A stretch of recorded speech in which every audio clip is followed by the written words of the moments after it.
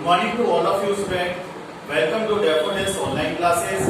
हम पढ़ रहे हैं क्लास 10 में सोशल साइंस और सोशल साइंस में हमारा फर्स्ट चैप्टर चल रहा था glorious India from beginning to 1206 CE. और इसमें हमने लास्ट वीडियो में जो लास्ट लेक्चर था उसमें हमने पढ़ लिया था मेजर महाजनपद ऑफ राजस्थान के बारे में। आज हमारा टॉपिक स्टार्ट हो रहा है मौर्य डायनेस्टी और मौर्य डायनेस्टी में भी हम पढ़ेंगे चंद्रगुप्त मौर्य को। तो मौर्य डायनेस्टी जो थी, ये मौर्य डायनेस्टी किस महाजनपद से रिलेटेड थी? ये थी मगध महाजनपद से। और 16 महाजनपदों में सबसे बड़ा जो महाजनपद था वह था मगध महाजनपद। और मगध महाजनपद में ये 4th नंबर की डायनेस्टी है। मौर्य डायनेस्टी 4th नंबर की डायनेस्टी है। इससे पहले 3 डायनेस्टी और स्टैब्लिश हो चुकी थी। तो मौर्य डायनेस्टी को स्टैब्लिश होने का ऐसे कौन कौन से सर्कमस्टेंस थे जिनकी वजह से स्टैब्लिश हुई थी? तो देखिए, सबसे पहले जो डायनेस्टी आती है वो है हर्यक डायनेस्टी। इतिहासकार जो थे, इतिहासकारों ने कहा कि मगध महाजनपद में सबसे पहली डायनेस्टी स्टैब्लिश हुई थी, वो थी हर्यक डायनेस्टी। और हर्यक डायनेस्टी का जो फाउंडर था वह था बिंबिसार। और बिंबिसार की डेथ के बाद नेक्स्ट रूलर बनता है इसका बेटा, जिसका नाम था अजातशत्रु।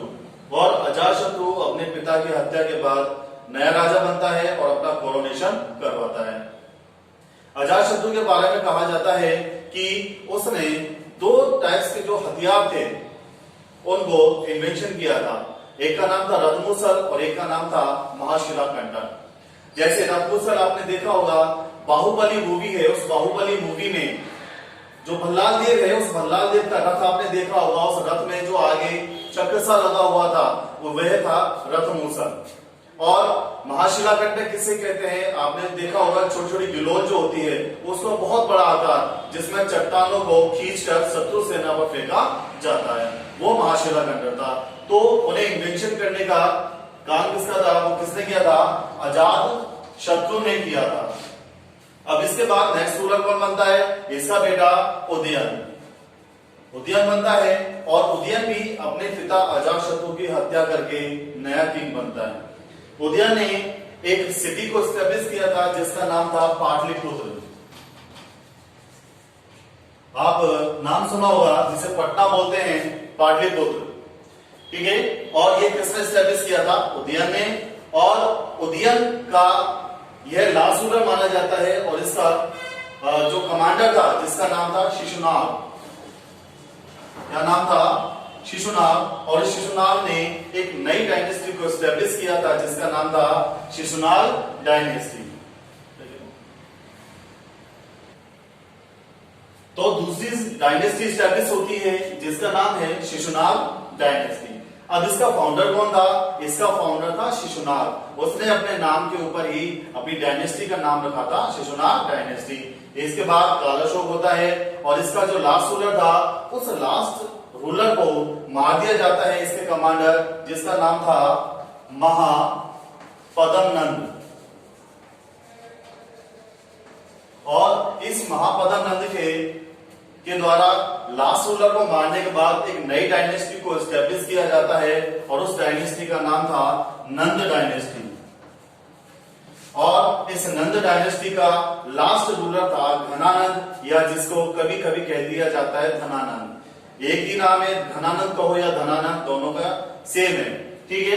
तो इस धनानंद को डिफीट करके चंद्रगुप्त मौर्य एक नई डायनेस्टी को एस्टेब्लिश करता है जिसका नाम है मौर्य डायनेस्टी। तो समझ में आया आपके कि किस तरह से मौर्य डायनेस्टी एस्टेब्लिश हुई थी। तो थोड़ा सा एक बुक है विषाद दत्त द्वारा लिखी बुक है जिसका नाम है मुद्रा राक्षस। और इस मुद्रा राक्षस में एक कहानी बताई गई है कि किस प्रकार से चाणक्य को चंद्रगुप्त मौर्य मिलता है। हालांकि अलग अलग हिस्टोरियंस ने अलग अलग स्टोरी बताई है, लेकिन ज्यादातर इतिहासकार इस वाली स्टोरी को ज्यादा मानते हैं। जैसे देखिए, घनानंद बहुत घमंडी व्यक्ति था। इसने अपने राज में एक बहुत बड़े यज्ञ का आयोजन किया था। उस यज्ञ में सभी ऋषि मुनि आए थे और इसी यज्ञ में आए थे चाणक्य। नाम आपने सभी ने सुन रखा है, चाणक्य आए थे।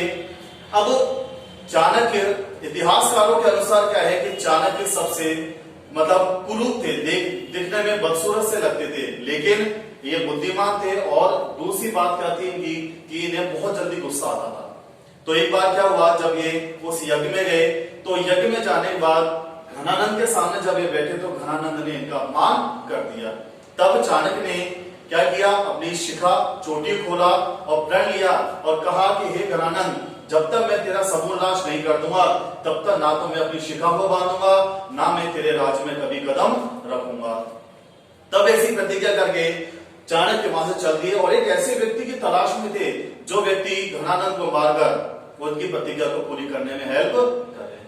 आगे वो चलते गए, एक गांव में एक पेड़ के नीचे वो जब आराम कर रहे थे तो उन्होंने देखा कि एक बच्चा था, वह कुछ बच्चे खेल रहे थे और उस गेम का नाम था राजकीलम।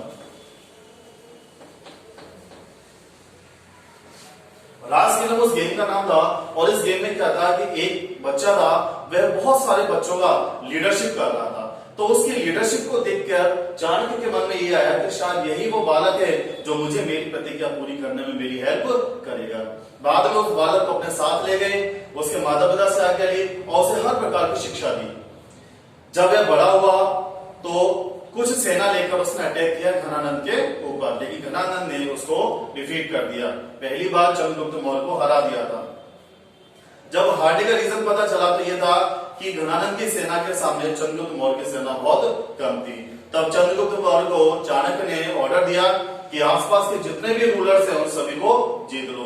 धीरे धीरे करके चंद्रगुप्त मौर्य ने सभी को जीता और जीतने के बाद उनकी जो सेना थी वो किसकी सेना हो गई, अब चंद्रगुप्त मौर्य की।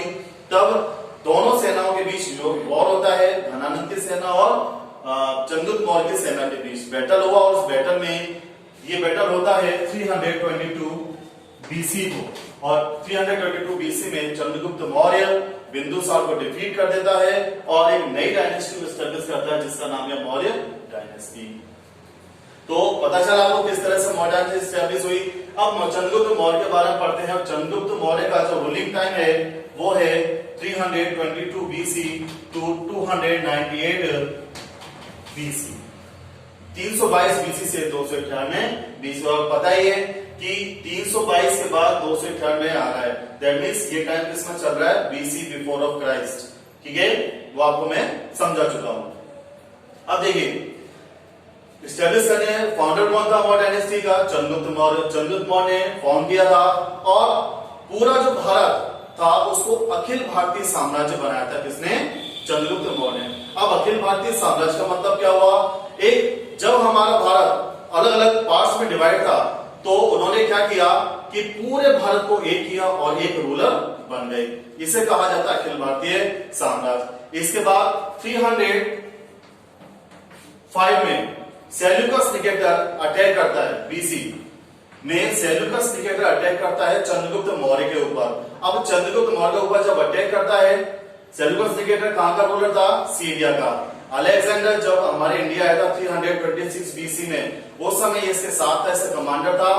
बाद में अलेक्जेंडर की डेथ के बाद ये रूलर बना और इसने अटैक किया था इंडिया पर 305 बीसी में आया, लेकिन चंद्रगुप्त मौर्य ने सेल्यूकस निकेटर को डिफीट कर दिया, इसको हरा दिया था।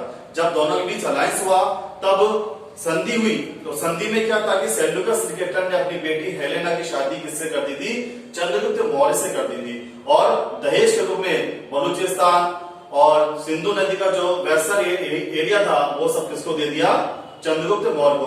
इसके बदले सेल्यूकस निकेटर ने क्या मांगा, 500 एलिफेंट्स, 500 हाथी मांगे। अब 500 हाथी मांगने का रीजन क्या था, देखिए कि अलेक्जेंडर ने जब हमारे इंडिया पर अटैक किया था 326 बीसी में, तब तक वह नहीं जानता था कि हाथी क्या होते हैं। उसे हाथी के बारे में पता लगा इंडिया में जब उसने पोरस के साथ वॉर किया था झेलम रिवर के पास। जब उसने वॉर किया तब उसकी जो सेना थी वो पूरी डर चुकी थी कि इतना बड़ा जानवर ये कौन सा आ गया। ठीक है, तब जब पोरस हार चुका था तो पोरस को बुलाया और पोरस से बोला, भाई मैं तुझे तेरा राज्य वापस कर रहा हूं, लेकिन मुझे क्या चाहिए, मुझे हाथी चाहिए। तो अलेक्जेंडर भी हाथी ले गया और सेल्यूकस निकेटर ने भी क्या मांगे, 500 हाथी मांगे। कोई व्यक्ति किसी चीज को कम मांगेगा जब उसके पास उस चीज की कमी होगी, ठीक है। तो 500 हाथी मांग लिए थे। और एक राजदूत था, एम्बेसडर था, जिसका नाम था मेगास्थनीज, और उस मेगास्थनीज को चंद्रगुप्त मौर्य के दरबार में भेजा था। अब राजदूत क्या होता है, देखिए दो देशों के बीच जो आपसी समझौते, नेगोशिएशन, अलायंस जो करता है वह कौन करता है, राजदूत के द्वारा किए जाते हैं, ठीक है। अब बात आती है तमिल टेक्स्ट। दो तमिल टेक्स्ट है जिनका नाम है एहनानुरु और मुरनानुरु। ये दो तमिल टेक्स्ट से क्या पता लगता है कि चंद्रगुप्त मौर्य ने साउथ इंडिया पर अटैक किया था। एग्जाम में पूछा जा सकता है कि ऐसे कौन से दो तमिल टेक्स्ट हैं जिनसे पता लगता है कि चंद्रगुप्त मौर्य ने साउथ इंडिया पर अटैक किया था। तो वो थे एहनानुरु और मुरनानुरु, ठीक है। अब ये बात आ गई। इसके बाद देखिए कि चंद्रगुप्त मौर्य हिंदू था, लेकिन जब वो बूढ़ा हुआ तो बूढ़ा होने के बाद उसने हिंदू धर्म को छोड़ दिया और एक नया धर्म, एक नए रिलीजन को अडॉप्ट कर लिया जिसका नाम था जैन धर्म। और जैन धर्म की उसको शिक्षा दी थी एक जैन गुरु थे जिनका नाम था भद्रबाहु, ठीक है। इसके बाद चंद्रगुप्त मौर्य ने अपना पूरा राजकाज किसको दे दिया, अपने बेटे बिंदुसार को दे दिया। और बिंदुसार को देने बाद ये कहां चले गए, तपस्या करने चले गए, मोक्ष प्राप्त करने के लिए चले गए थे। अब मोक्ष क्या होता है, देखिए मोक्ष का मतलब होता है कि ये जो जन्म मरण का जो चक्र है, इससे इस आत्मा का पीछा छूट जाता है। दैट मीन्स कि आत्मा किसमें विलीन हो गई, परमात्मा में विलीन हो चुकी है। अब उस आत्मा का कभी भी इस पृथ्वी पर जन्म नहीं होगा। मतलब वह व्यक्ति इस संसार की मोह माया से पूरी तरह से वह छूट चुका है। इसे कहा जाता है मोक्ष। तो इसी मोक्ष को प्राप्त करने के लिए चंद्रगुप्त मौर्य ने श्रवणबेलगोला, जो कहां पर है, मैसूर में, और मैसूर प्रेजेंट में कहां पर है, कर्नाटक में। कर्नाटक में श्रवणबेलगोला में एक हिल है, पहाड़ी है जिसका नाम है चंद्रगिरी पहाड़ी। और चंद्रगिरी पहाड़ी पर ही एक मंदिर था जिसका नाम था चंद्रवस्ती मंदिर। उस चंद्रवस्ती मंदिर में इन्होंने एक मेथड था संलेखना एक विधि थी जिसे कहा जाता है संथारा। और इस संथारा विधि के द्वारा इन्होंने अपने प्राणों को छोड़ दिया था।